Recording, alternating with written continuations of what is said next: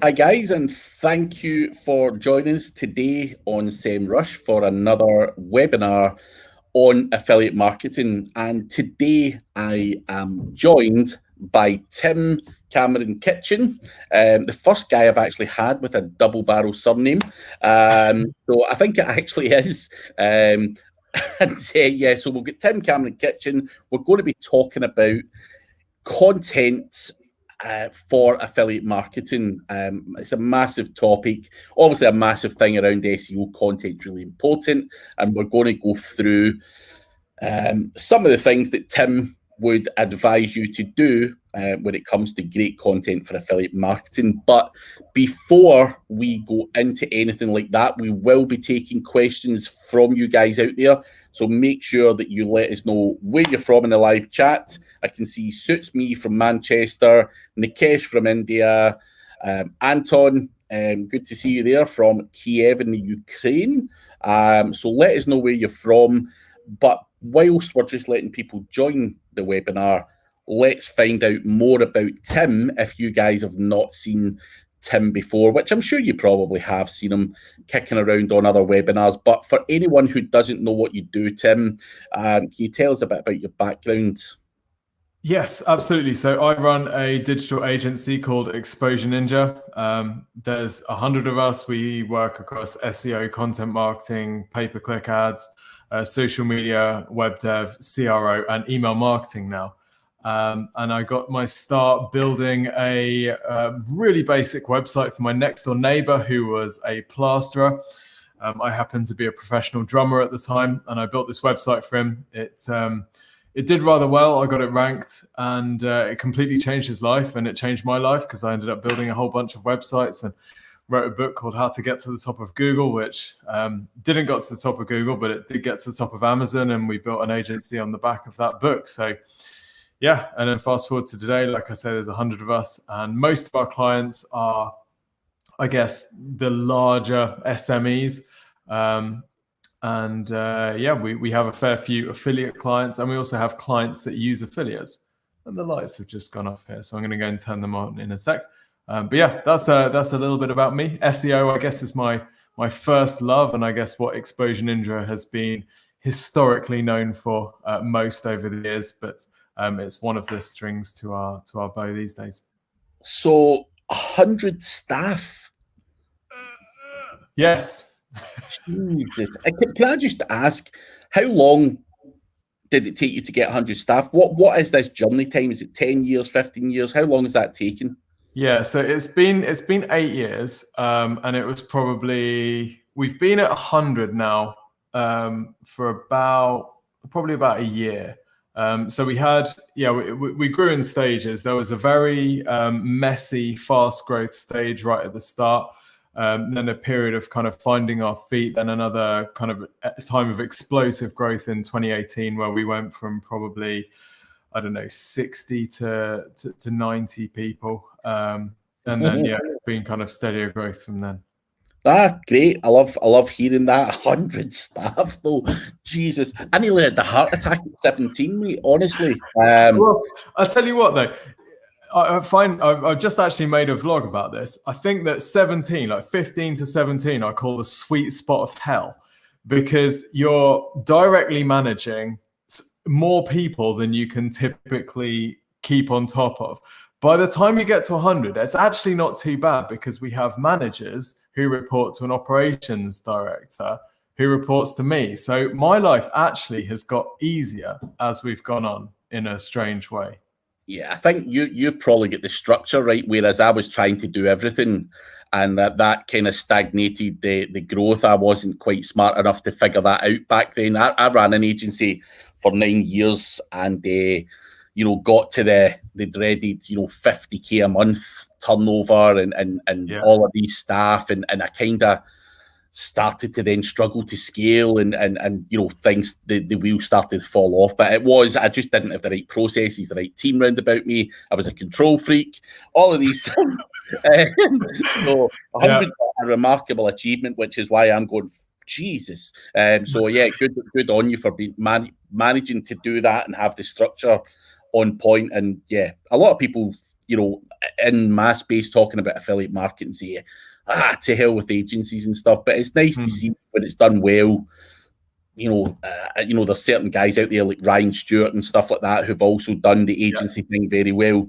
So yeah, good to know that people can still do it without their heads blown up on them.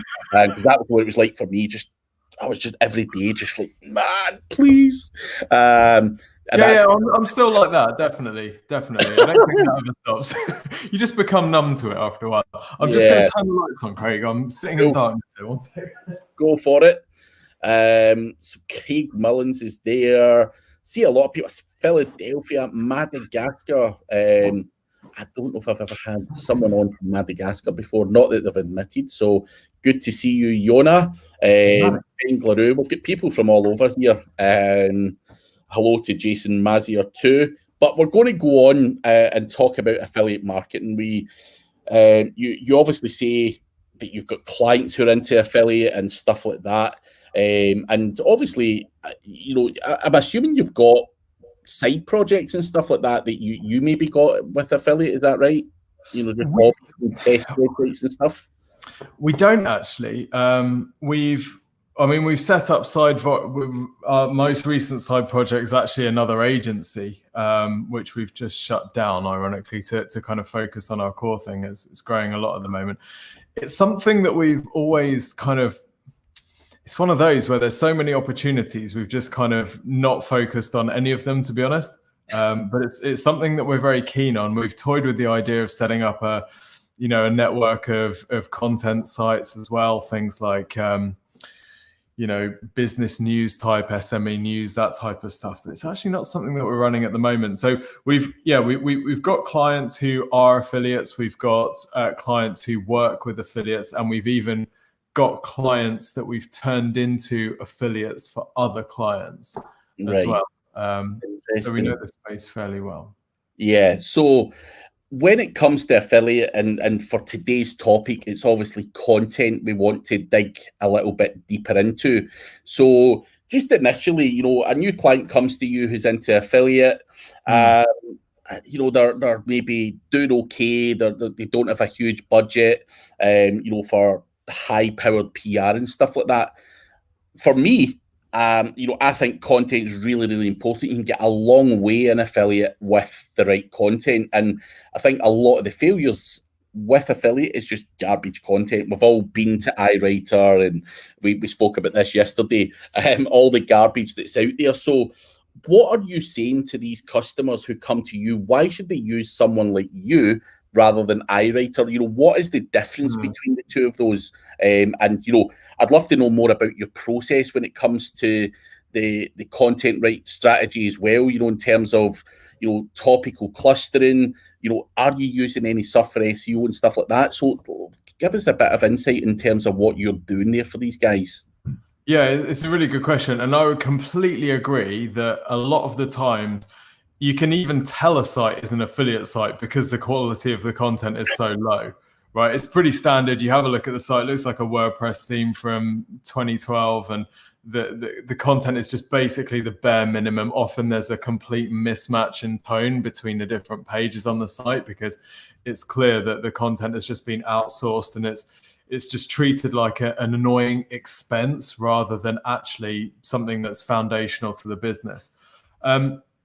I think, that there's a short answer about how to get content written for affiliate sites, but the longer answer, and I guess the strategy behind it, is we're a big fan of a much more involved approach with content. So I don't know if you know sites like The Advisory, but sites where the owner of the site is a personality on the page, and they are talking from their experience, and they're actually seeking to build a bit of a brand rather than I know a lot of affiliates, it's just a kind of, let's just get a page ranking, let's just get the click through to the merchant as quickly as we possibly can, and then and then we have nothing else to do with it. Whereas what we try and nudge our clients towards is, let's make you the expert in whatever topic we're talking about here. Let's do things, let's treat it like a proper business. So let's run lead capture. Let's have compelling calls to action to sign up for things. Let's have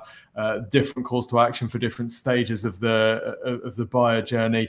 Let's write really long, in-depth stuff that's genuinely good enough to stand up against any other page on the internet. So it's a much higher level of involvement, I guess, than most affiliates are willing to put in. And we were talking yesterday about the fact that a lot of affiliate sites are really kind of low end, and I think a lot of people get sucked into the affiliate world because they see it as an easy way to make a quick buck. And we know that if you're going to make serious money as an affiliate, this is a business that you have to be committed to. You have to put the time and you have to put the energy in. So yeah, it's taking that I guess more involved approach. And I mentioned the advisory. We have clients in the sell houses quickly or buy houses quickly space.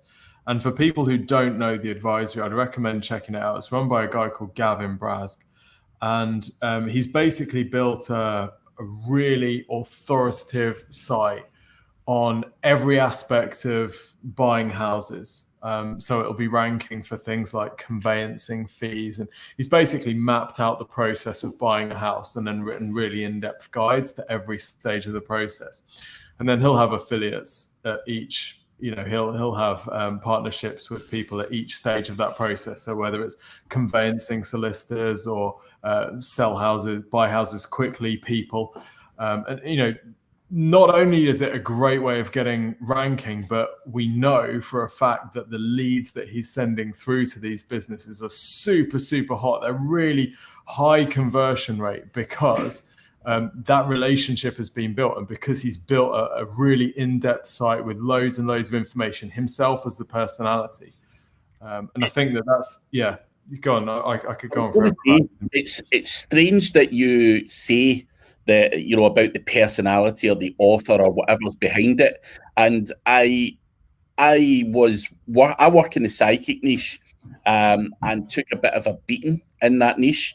And with the December update, that I was analysing one of the competition who have had insane growth, and what they were cleverly doing was what I would call as authority jacking. So they were basically using people with authority, getting them on a podcast, using their, turning that into a blog post, making them the author, and basically jacking off on someone else's authority, which is the perfect thing to do. Now, they've done that with multiple people.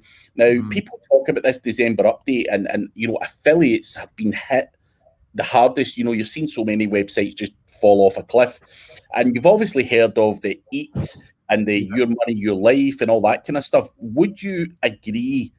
This is my personal opinion, and I don't know if this is right or not, but I really do believe that whole EAT thing, which was for the medic niche, is actually being pushed further out, and sloppy websites like Amazon affiliates who are faceless, have no about us, no nothing, just garbage, are the ones that are being hit the most. Would you agree with that statement? Yeah, absolutely. I think all of these updates, it's interesting to see how Google kind of propagates it through. So it starts with money and medical, and then kind of works its way through, because if it works in the most important niches, why wouldn't you spread this across? So yeah, that's exactly what we're seeing. Content attached to people seems to be doing best. And the great thing is, like you say, authority jacking is pretty much what these huge sites like Healthline do. When they saw those huge increases during medic, it was the byline from the MD or the medical doctor or whatever. So you can take exactly that approach with whatever space you're in. Yeah, for sure. I think the days of just sticking up a page of totally ambiguous, low quality content in in inverted commas, there's so much of that already out there. One of the things we say to affiliate sites when they send over to us to review is like, why should Google rank you over any of the other 100 sites selling that exact same product or selling that exact same service using content of similar quality? that are already well established. Like, you have to go above and beyond. Exactly. And I think it's kind of moving away from this kind of ambiguous, faceless thing to showing your face more. And if you're not comfortable doing that yourself, finding a character or finding someone who can do that. I like how you called it a character. Yeah. But yeah, perfect. I think I 100% agree with that. There's a couple of questions came in that I'm just going to run past you quickly. So Tahir Mehmood, what kind of product descriptions are best to bring more sales? So as you said, just at the end there, everyone's got these product descriptions. You have to go above and beyond. So what would you describe as a good product description to try and improve those sales and get the edge over the competition? Yeah, one of the things that we try and encourage people to do is actually, if you're going to sell a product, actually get the product first so you can actually write about it. It's very difficult to write about something that you've never seen or you've never experienced at all. Whereas if you can spend a little bit of time just actually getting the product, getting a few different ones so you can write, some of the reasons that people buy this is blah, blah, blah, then you can approach product descriptions just like any e-commerce business would. So the sorts of things that we'll tend to recommend, short description up top, and then brainstorm what are the 10 to 15 questions that somebody might have. If you imagine a salesperson in a store, what sort of questions is the customer going to ask that salesperson? What would that salesperson explain about the product? And it's unlikely that a salesperson in a store would just say, this mobile phone is 6 inches in diameter and works on 5G. There we go. Job done. Do you want to buy it? A good salesperson will be able to talk for ages about the product. So going into depth with your product description, and if you can, including things like video and images, yes, it's all work, but that's the sort of stuff that helps increase your conversion rate from that product page. And also, it's the sort of stuff that Google likes to rank, because when you're writing in depth about a product, you're including keyword variants, you're including, the sort of information that people actually want and the questions that they ask about things. So yeah, just the more detail, the better, really. And I wouldn't be scared, particularly if you're writing about a select number of products on the site, rather than if a lot of these Amazon affiliate sites, they've got 10,000 products, which is completely unworkable. But if you niche down and you've got maybe 15 products that you're really focused on, don't be afraid of going really deep and writing a really long page and making it more like a typical sales letter. Because what you've got to remember is you're not just getting someone to click, you actually want to have them pre-converted. So by the time they click on whatever it is that you're selling, they're so keen on it, they've had all of their objections answered, that you've got a much higher chance of them converting on the underlying page. Yeah, no, perfect answer on that. Somalia is asking, what should be the SEO and paid ad campaigns ratio while promoting an affiliate campaign? Now, there's obviously no answer there, but I'm assuming with these affiliate people you work with, there is an element of paid getting into some of this stuff. It may be more so at the start or whatever. What would you suggest to someone in that instance if they are asking that question? I know it could be how long's a piece of string or whatever, but any kind of sensible answer to that one? Yeah, it depends how quickly you can get to ROI on the paid traffic. Because if we can get ROI in it, then we just keep on running it even while we're working on the organic stuff. But if you can't get ROI and you're just using it to kind of get some traction, as soon as we know which keywords we need to be targeting organically, and you can get that data obviously a lot faster from paid, then we'd look at turning it off if it's not making money. But as long as it's making money, we'd usually say keep it going. As long as you're ROI positive, there's no reason to turn it off, even while you're increasing your organic traffic, as long as you're not cannibalizing stuff that you'd already get from organic. But it's rare to get that sort of domination. Potentially even spend more. If you're getting decent ROI and you're spending £1,000 and you're making 4,000, why not spend 2,000, make 8,000, and so on? So a lot of people just assume affiliate marketing is all about SEO. I spoke at a conference a couple of months back, and I can't remember, it was called something like Traffic Summit, and I was asked to speak at this conference as an SEO guy. because a lot of these guys were just using paid ads to make money, through affiliate marketing. These guys had no clue what SEO was, and obviously I was asked to speak and talk about the added benefits of SEO. So don't think it just has to be SEO. A lot of people do only paid ads to make money through affiliate marketing if they can get that ROI. So hopefully that helps you, Somalia. Tahir is asking for a bit of advice on the layout of affiliate content. So can you just give us an idea of how you're laying out affiliate content? Let's just use an example of, we're doing Amazon affiliate and we're selling that iPhone or whatever it might be. What is the layout of that content looking like for, with your, your top end stuff? What does that look like?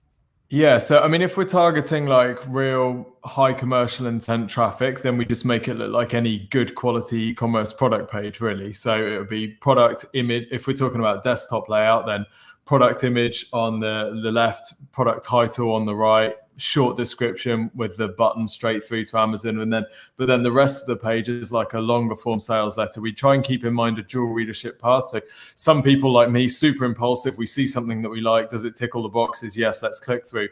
But a lot of other people, they need to read more detail. So that's why, look at Amazon's own product pages. Exactly this. So there's a small amount of information up at the top above the fold, and then below the fold, much, much more detail, all of the questions that people might have. So, I mean, Amazon has taught most of the world how to buy online. So we're not going to try and reinvent too much. We're going to use that as a kind of cue for layout, really.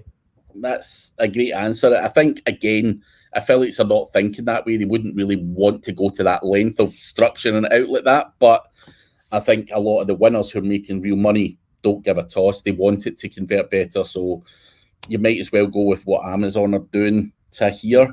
Craig Mullins is asking, curious as to what you charge for content, Tim. If you're throwing out 50 pieces of content a day, is it affordable?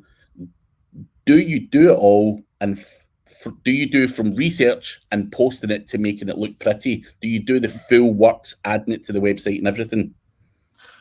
Yes, we would, Craig. 50 pieces a day. We wouldn't do that sort of scale. What we tend to work on would be longer pieces. So most of the markets that we're competing in, there's probably 20 to 30 questions or kind of topics that we really want to dominate for. And what we'll do instead is focus on nailing a few of them every month or every week if the client's more aggressive. So we wouldn't necessarily go that volume if we're talking about like content posted on the site. We'd go for longer, more in-depth, better research stuff, because that's the stuff that we tend to find ranks best. As to what we charge, it's really difficult because for, let's say that we're going for something financial, we might have to put a lot more research. We might be pulling in guest authors to give their comments. We might be interviewing the client and, writing out transcripts of their interviews and stuff like that. So it varies. But what I would say is if you need a ballpark, it's going to be between sort of 300 and 500 a post is a kind of starting point. But it can go up from there.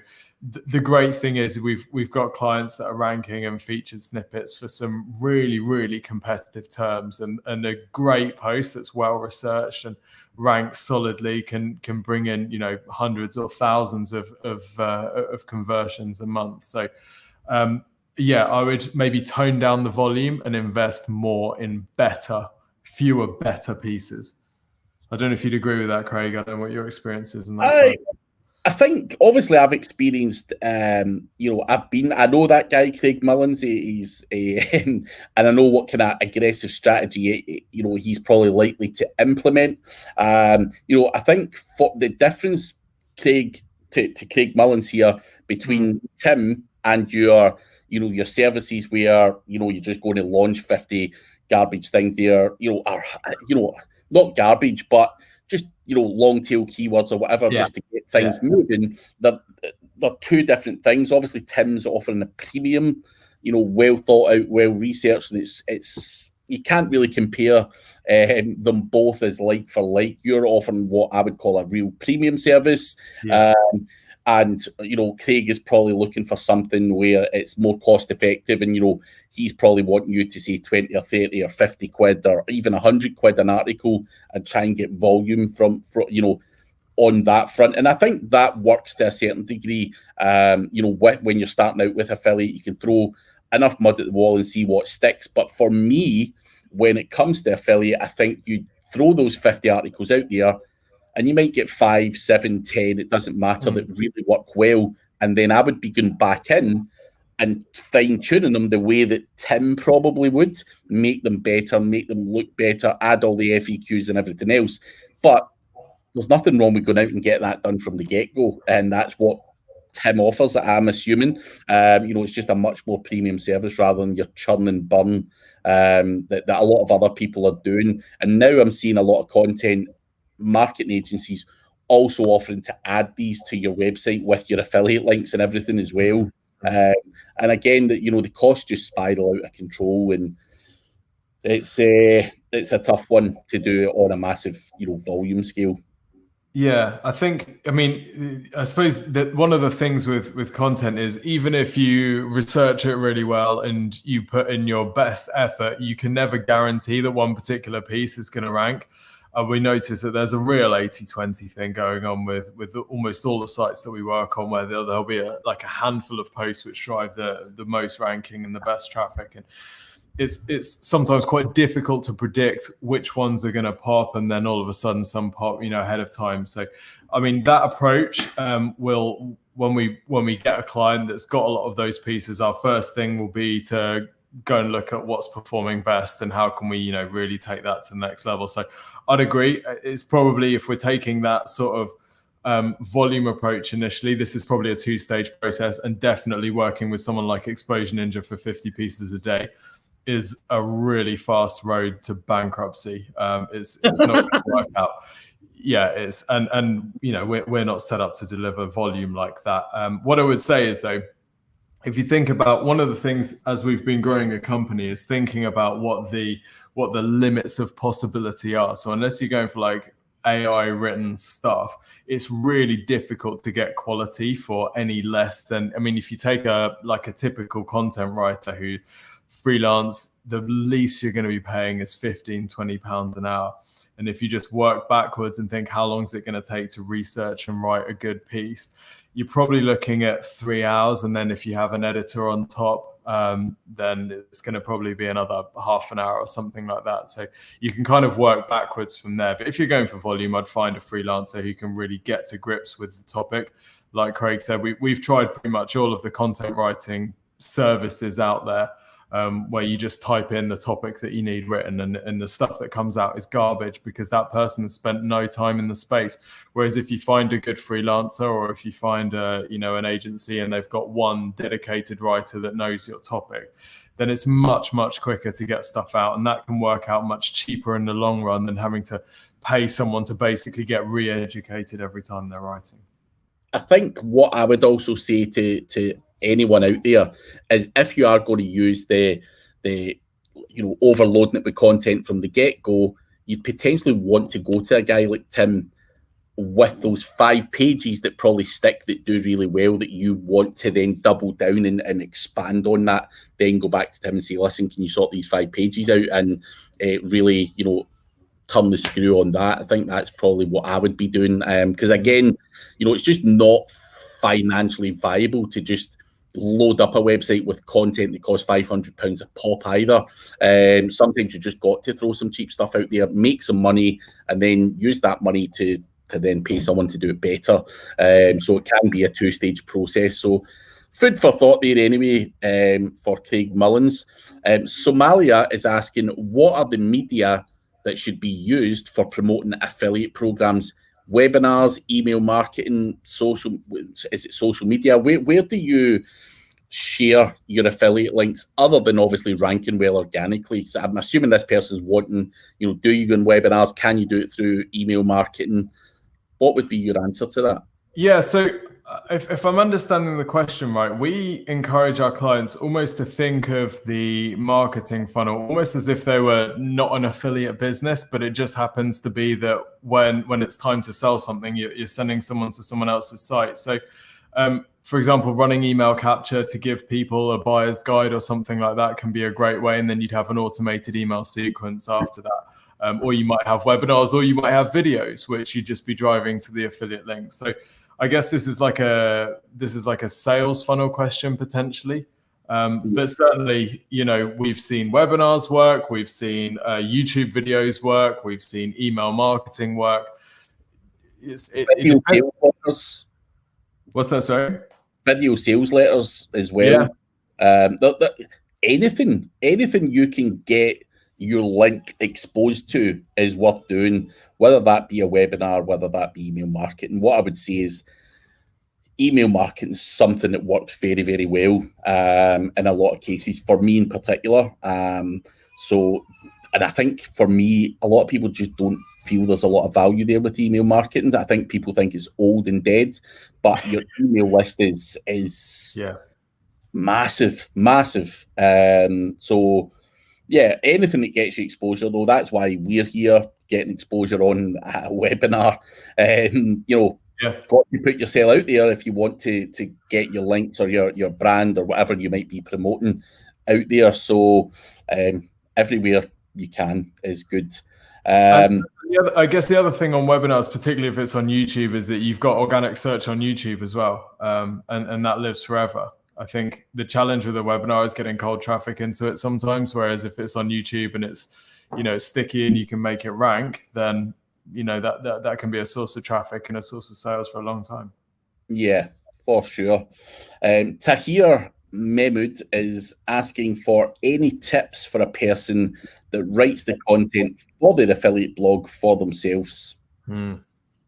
Yeah, I actually think this is not a bad approach to take, and it's something that we kind of try and encourage our clients to do in the early stages so they can find the tone of voice that resonates with their audience. Again, this is like I guess a quality over quantity approach, because there's going to be a limit to the amount of time. But yeah, tips that I would give you. We use the Hemingway app and also Grammarly, just to make sure that spelling and grammar and readability scores are, it's nice and straightforward for your target audience.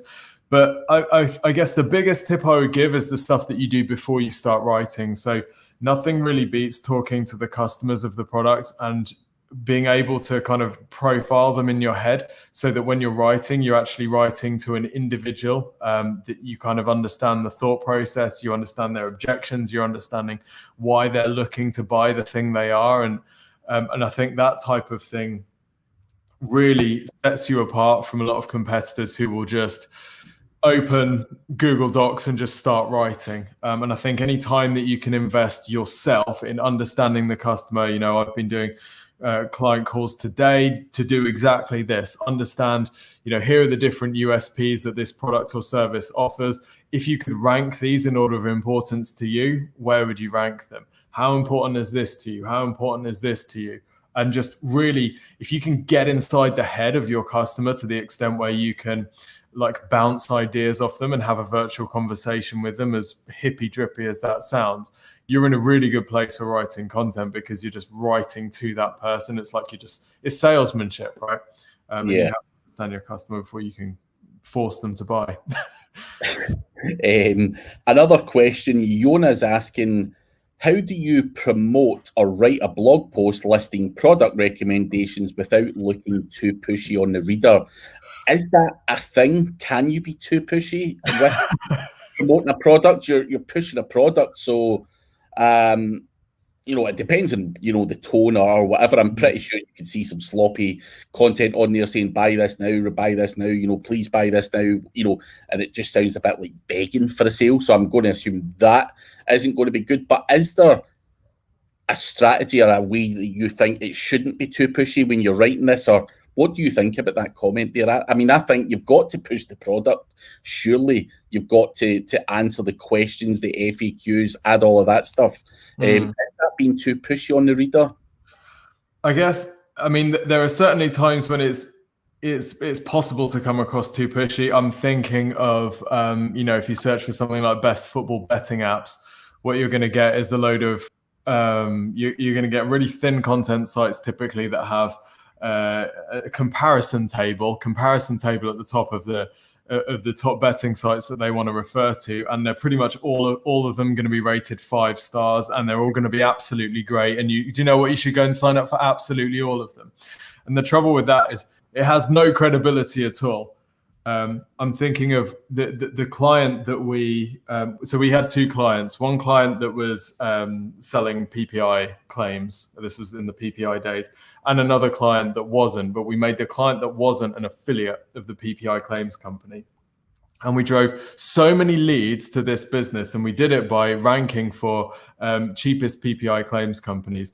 And what we did is we had a comparison table where we ranked a range of PPI companies by the fees that they charged. So the comparison table, the criteria for the ranking was extremely transparent. It was, here's the percentage fees that all of them charge. And then, of course, our client was at the top and it was the cheapest. So this has a huge amount of credibility, because as a visitor, I see this and I'm like, well, not all of the options are best, just this top one. Now, the top one is the one that we want them to sign up for or whatever. But I think by sacrificing or by showing that other options are worse, I think you come across as less pushy than if you're saying, do you know what, all of these football betting apps are great. Football betting is just so awesome. You should just go and sign up for all of them, which I think can be the temptation, knowing that we can take a commission from all of them. That makes sense. Next question. Keep your questions coming, guys, because we've still got 22 minutes. Somalia photography. How do you plan content out for affiliate marketing websites? What is the planning process like? Do you plan a month ahead, 3 months ahead when you're working with your clients? What does that, or do you take on board what the client wants? Or let us know a bit about that. Sometimes depends how switched on the client is.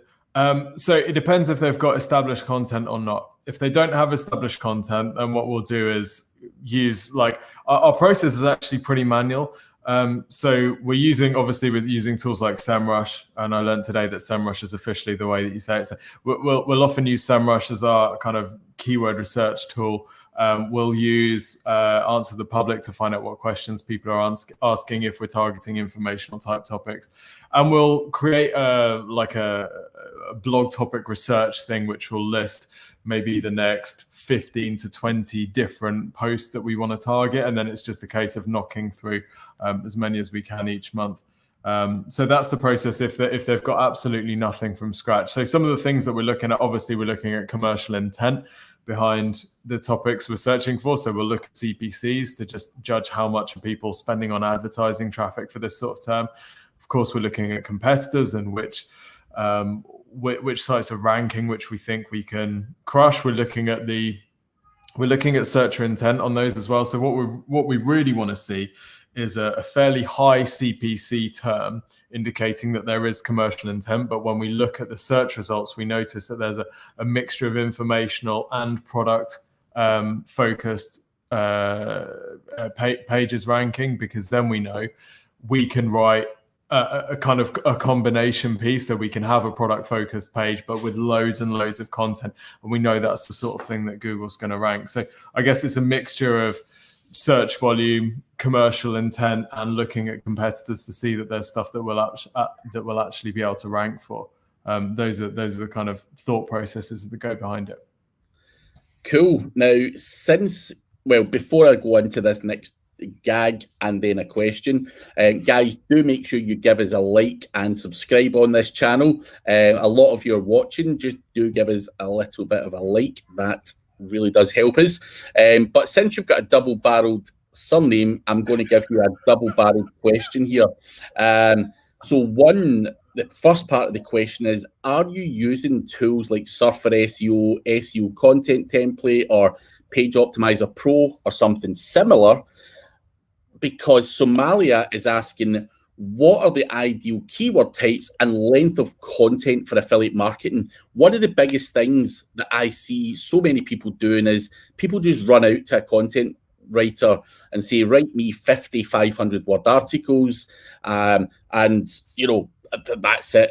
Now, who the hell says 500 words is enough for any given keyword? You go to Surfer, SEO Content Template, POP, any of these tools, they're analysing the top 10 search results, and they're giving you a round figure in terms of what's winning. So if it's 826 words for that particular keyword, are you following that, or do you think that's a load of garbage? Or what does your strategy look like around that, and what tools are you using for that?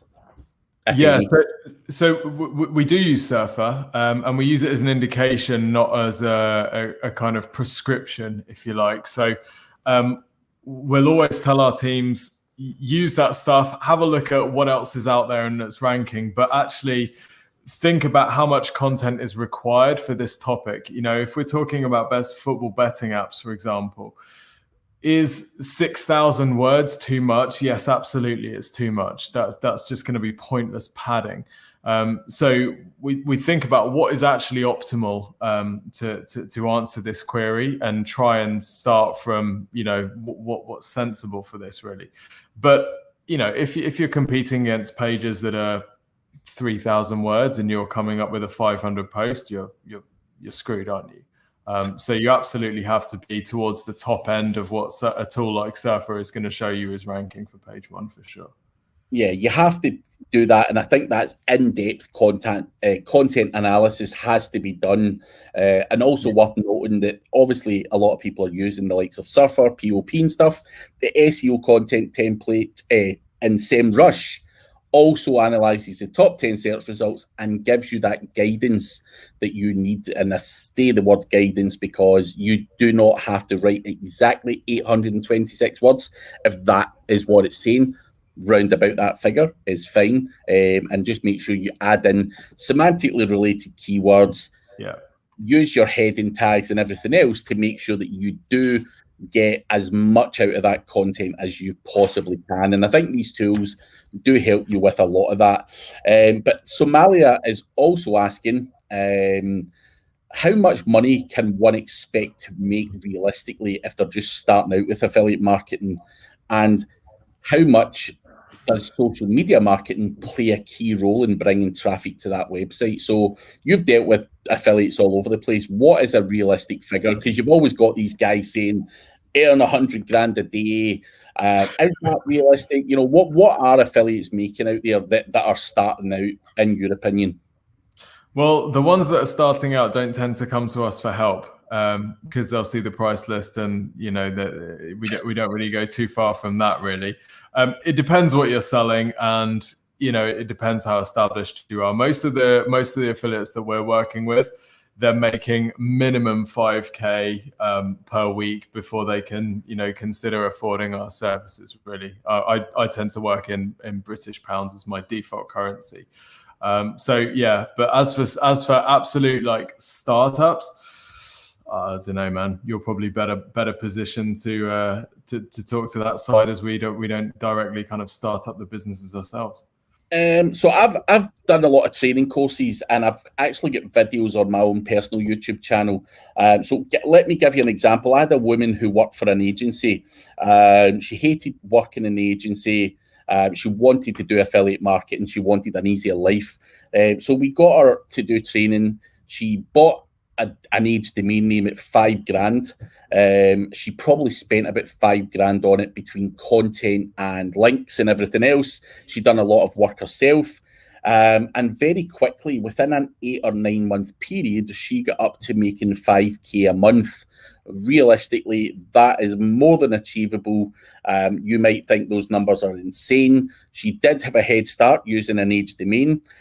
She did hit the ground running pretty much with a lot of content, which she'd done herself. She also paid for additional content and got some links. So you can easily earn 5-10K a month within a 6 month to 12 month period, depending on how much time or money you're prepared to invest in it. So that's achievable for a beginner. That's been done by someone in the last year, just through basic affiliate marketing. That person has launched a second and a third website, and you can make good money from that.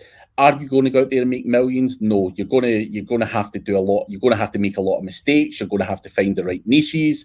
You're going to have to then up your game and invest properly into guys like Tim and other services out there where that's where you're going to get scalability and growth and make big money by continuing to invest in the website. So I think, yeah, it's easy to make a very good living from affiliate if you do everything properly. So hopefully that helps you. And you can use social media to drive traffic to your website as well. Use any means of doing that, whether it's paid social media, whether it's organic social media, whether it's paid Quora traffic. If you can get relevant traffic onto your website and drop that affiliate cookie, you're doing a good job. The great thing about Amazon and stuff like that, although the commissions are low, you're getting the sale. So if Tim, for example, lands on my affiliate link and Tim buys, he doesn't even buy from, what he was looking for through my website, and he goes on to buy, some lights and a new camera for his webinars or whatever, I'm going to get that commission. Any sale for the next 24 hours is mine. So Tim might be looking at me for, I don't know, bottles of water or whatever, and eventually buy some other stuff, as everyone does in Amazon. So it's about dropping that cookie on as many people as you possibly can, and then refining from there. Somalia. So hopefully that answers that question. Somalia is asking, what is your 3 favorite niches for affiliate marketing, which are evergreen, that will continue to grow in the near future? Are you going to give that away as the main thing? Because if it's a really good niche, I'm pretty sure you wouldn't want to share it, but are you going to everything? What I would evergreen, I wouldn't. Evergreen's a tricky one. I mean, certainly the clients that we've made the most money for are in financial, live casinos, and I'd probably say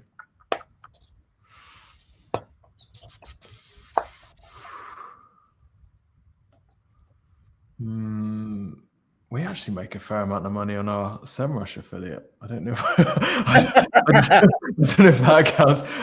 But yeah, I mean, SEMrush all year long, as they are with casino and finance. What I would flip that back onto, I used to have a golf affiliate website, and the sales were really good from like March or April right up until September, and then it really dipped off because no one in the UK or anywhere else for that matter is playing golf, and buying accessories and new clubs and all that stuff. I mean, you still get sales, but it was a seasonal industry. Try and avoid seasonality. Also try and avoid products. My golf website was a massive learning curve for me because the average order value was like 20 quid. Now, my cost for content, my costs for doing outreach or link building or whatever you want to do, why would I promote something where the average sale value is 20 quid rather than 200 quid? Because my costs are the same. So you also have to look at items that are maybe £100 plus. So look at that, avoid seasonality, maybe get into something evergreen like SEMrush Casino. There's tons of stuff out there that people are buying on a regular basis. Just be selling deck chairs or something, not in the UK anyway. That's a bad example of what not to go into.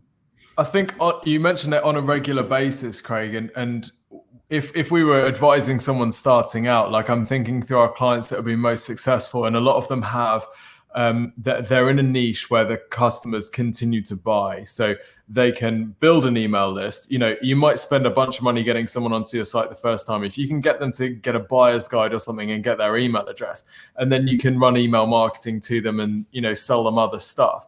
You might spend money. Cost of your first, cost of the email capture might be reasonably high, but if you can monetize that person ongoing, because it's not the sort of thing that you're only going to buy once. One of the downsides of PPI is you only buy that thing once, whereas casinos, once someone is into casinos and you get their email address, then you can, run a review that you do every month where you look at the latest games on whichever casino, and you can continue to monetize that audience. So I'd maybe look at something which there is a kind of cyclic nature to it, and people don't just buy one time.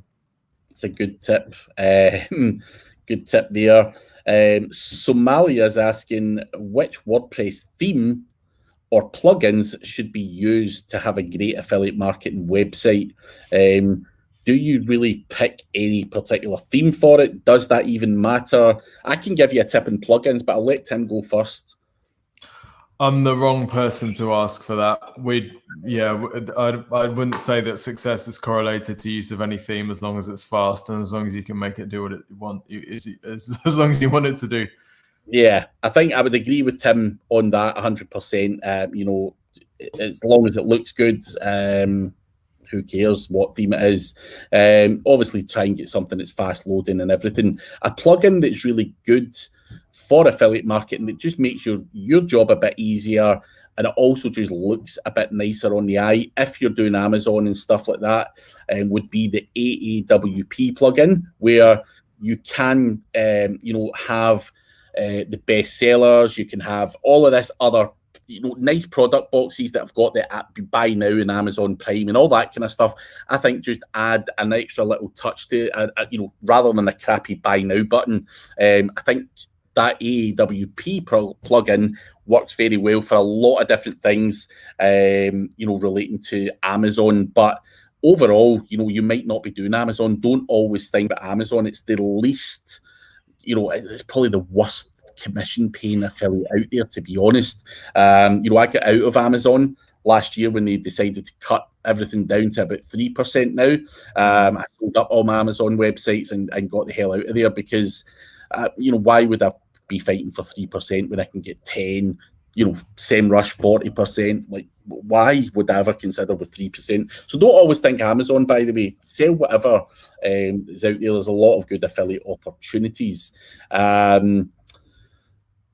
We've got a question here from Yona. If you plan on having 10,000 products, how do you realistically write 10,000 unique meta descriptions, product titles, header tags, and everything else? Is that realistic for someone, or is that something, if you were going to have 10,000 products, in your opinion, would be built over a 10-year period or something like that?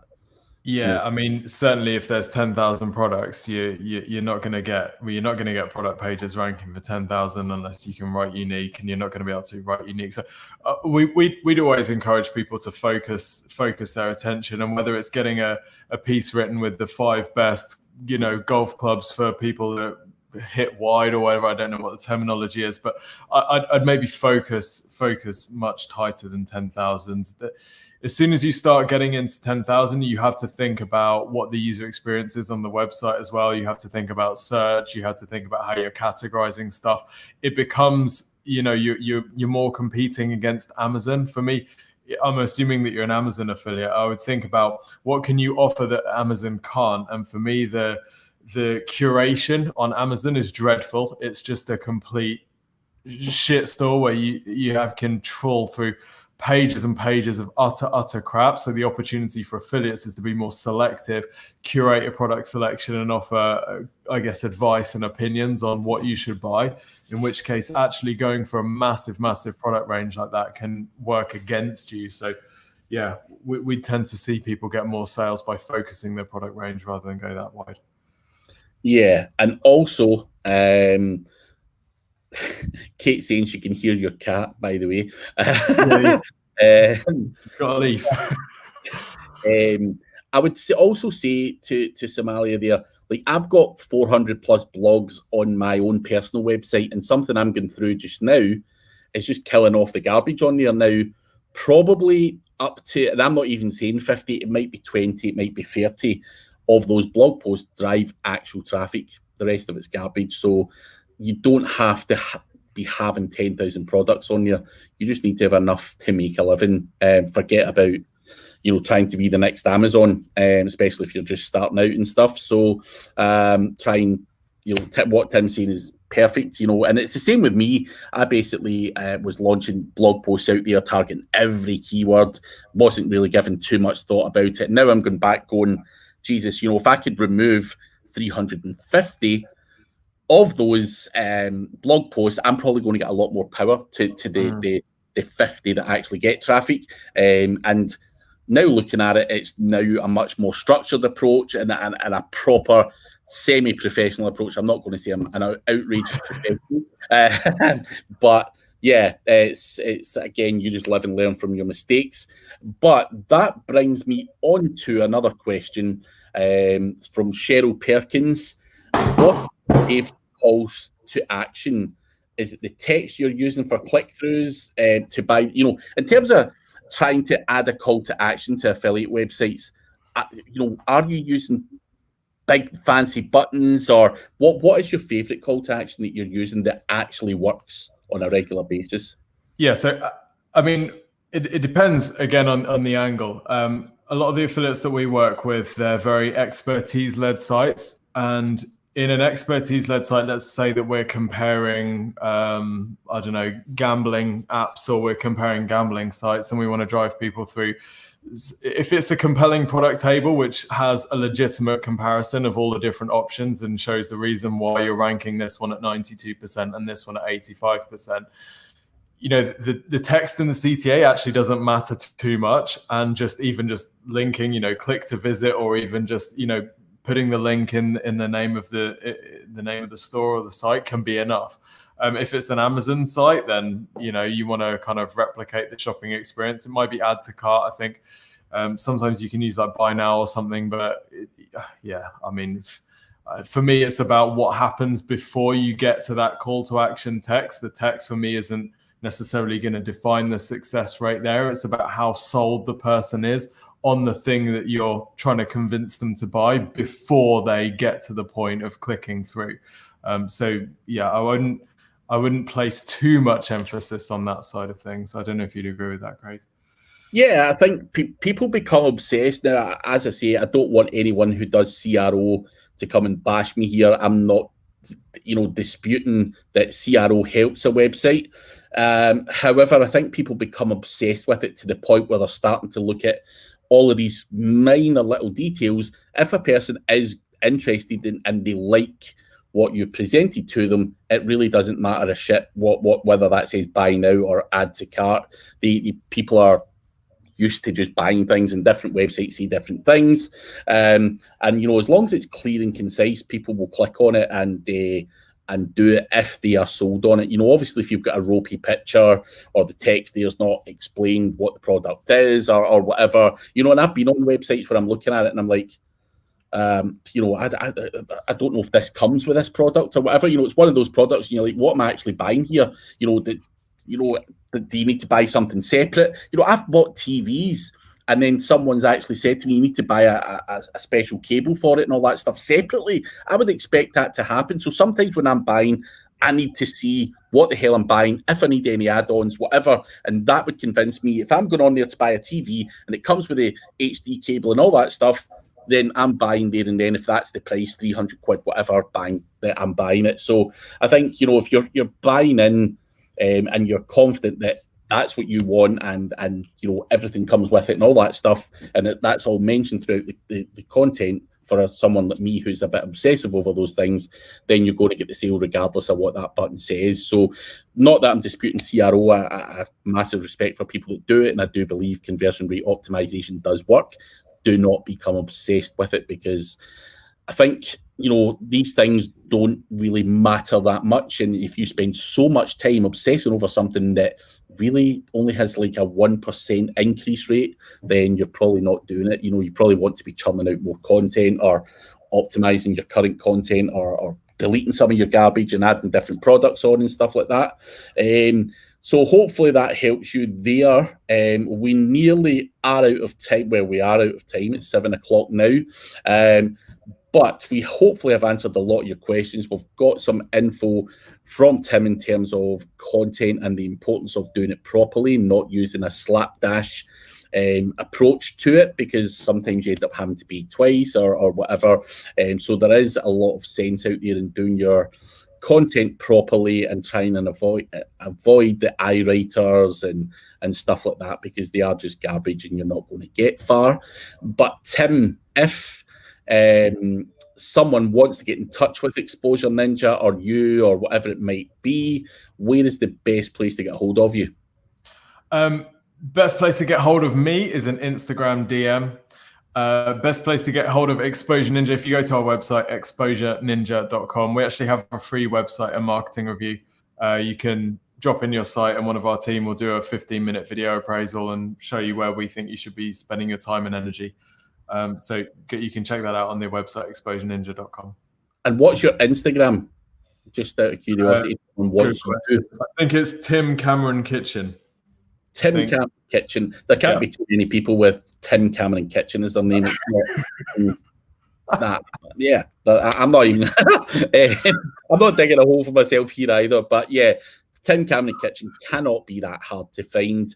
No, you'll find me.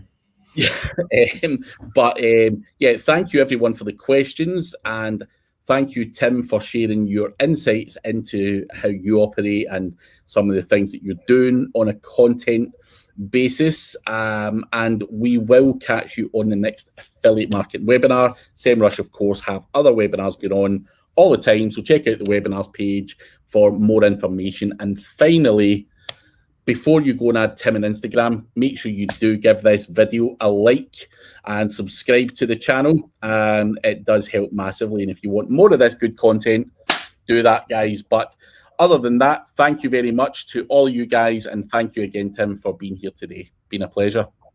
Thanks, Craig. Thanks for having me. It's a genuine honor to speak to someone who is as much of a master in the affiliate game as you. So a big fan, and this has been an absolute honor. Thank you, man.